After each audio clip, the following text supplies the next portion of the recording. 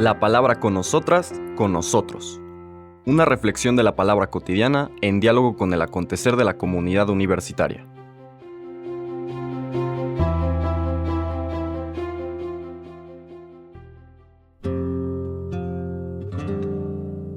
Hola, buenos días. Bienvenidas, bienvenidos a la palabra con nosotras, con nosotros.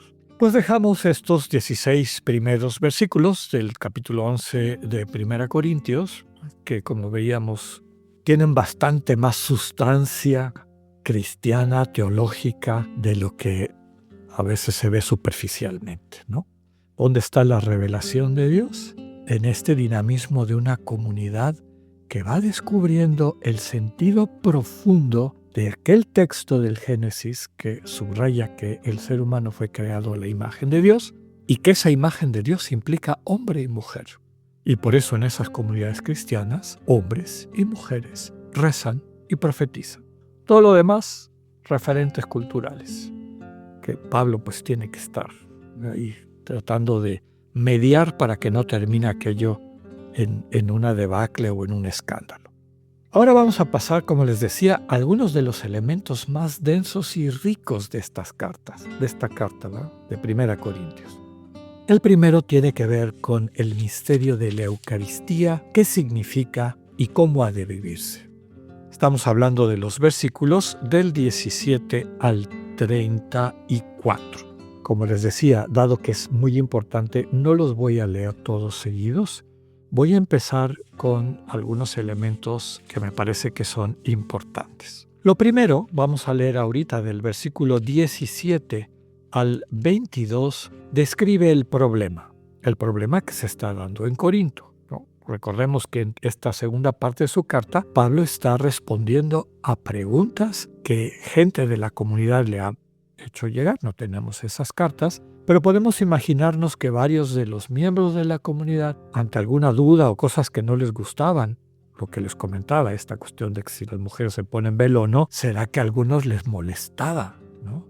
Que a lo mejor dando un paso más adelante en esta nueva libertad en Cristo que han descubierto las mujeres, pues empezaron a decir, ¿por qué tenemos que vestirnos de una manera o mantener algunas de estas convenciones sociales cuando vamos creciendo en esta libertad en el Señor, ¿no?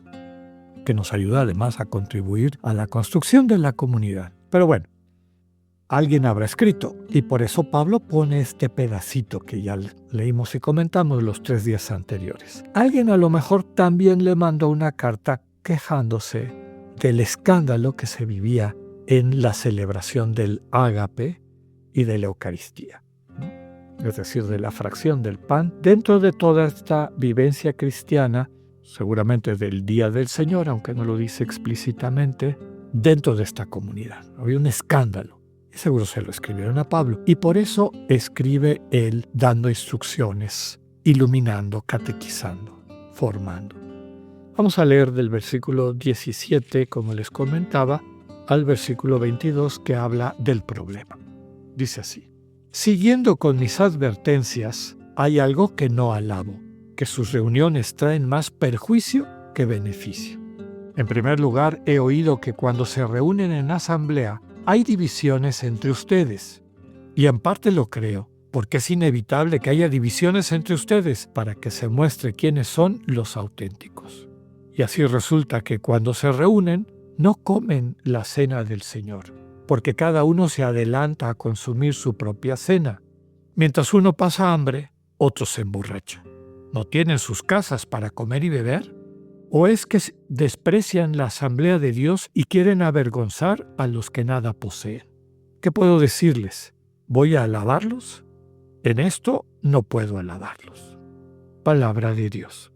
Vamos a conversar un poco del contexto del momento para entender este problema.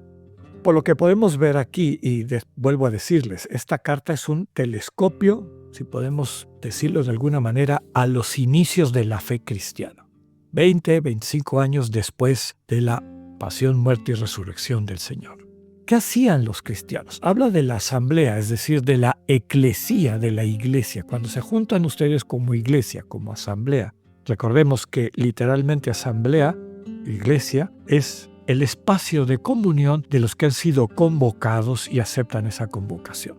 Una asamblea, a diferencia de una reunión, es este sentido de convocatoria y de que quienes han sido convocados acuden. En este caso, el Señor Jesús convoca, ¿no?, a través de su Espíritu, y los creyentes, las creyentes, acuden y forman asamblea, forman esta comunión, este espacio donde el proyecto de Dios empieza a consolidarse, empieza a convertirse en realidad. Ya hemos dicho en otras ocasiones, son este germen de la dimensión, de la atmósfera del proyecto de Dios, no de la sociedad, entendida como espacio de conflicto entre egos, entre individuos, sino de la comunión como proyecto de Dios, ¿no? Esta realidad que espejea la realidad trinitaria.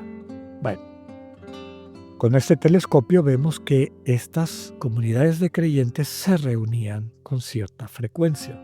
Muy seguramente el día del Señor no lo dice, pero seguro que era así. El octavo día, es decir, el día del inicio de la semana.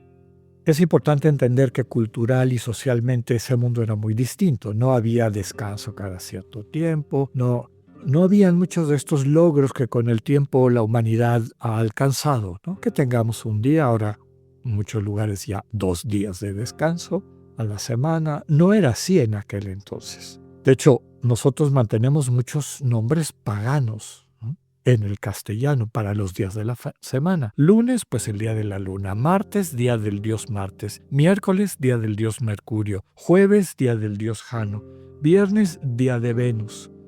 Y en esa secuencia entran 2 términos, uno hebreo y otro cristiano. Sábado, que viene de Shabbat, el día del descanso, nuestro sábado. Y finalmente domingo, día del Dominus, día del Señor, que para el cristiano es el día en el que recordamos el triunfo de Cristo sobre la muerte. Bueno, pues ese día del Señor, cayera donde cayera, y el nombre que utilizaran en aquel entonces, la comunidad se reunía en esto que se describe como un ágape. Ágape, que es reunión en comunión desde este amor de agape, que es el amor divino, ¿no? Donde ese amor se convierte en realidad es en este ágape como práctica, como costumbre, como asamblea. Vuelvo a decirles, no había domingo, no es que todo el mundo estaba de vacaciones, ese día es el día del descanso, pues vamos a vernos. No, seguramente, sobre todo la gente pobre, trabajaba ese día. No digamos los esclavos, que había esclavos en la comunidad cristiana. ¿Cuándo es cuando se podían reunir? Cuando la jornada de trabajo había terminado.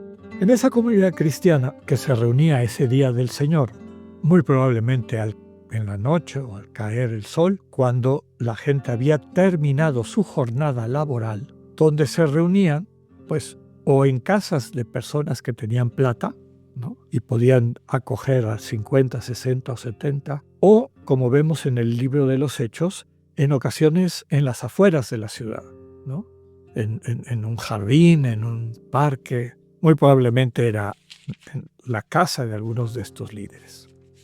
Lo que nos dice el texto es que muy probablemente la gente que no pertenecía al sector laboral, digamos, a la gente más pobre que tenía que trabajar todo el día, porque también había gente, podemos decir, de clase media alta, entre la comunidad cristiana, probablemente los que eran dueños de la casa, pues esa gente no tenía que trabajar. Y a lo mejor se reunían antes, 2, 3 horas antes de que llegaran los que sí tenían que trabajar. Y empezaban a compartir, a comer, etc. Y cuando llegaban los que sí tenían que trabajar, pues se encontraban con que esta otra parte, este estamento pudiente de la comunidad cristiana, ya llevaban rato comiendo y bebiendo. Y los encontraban satisfechos y borrachos, como dice el texto, ¿no? Mañana vamos a seguir profundizando en este tema y en qué consiste el problema. Que tengan un buen día, Dios con ustedes.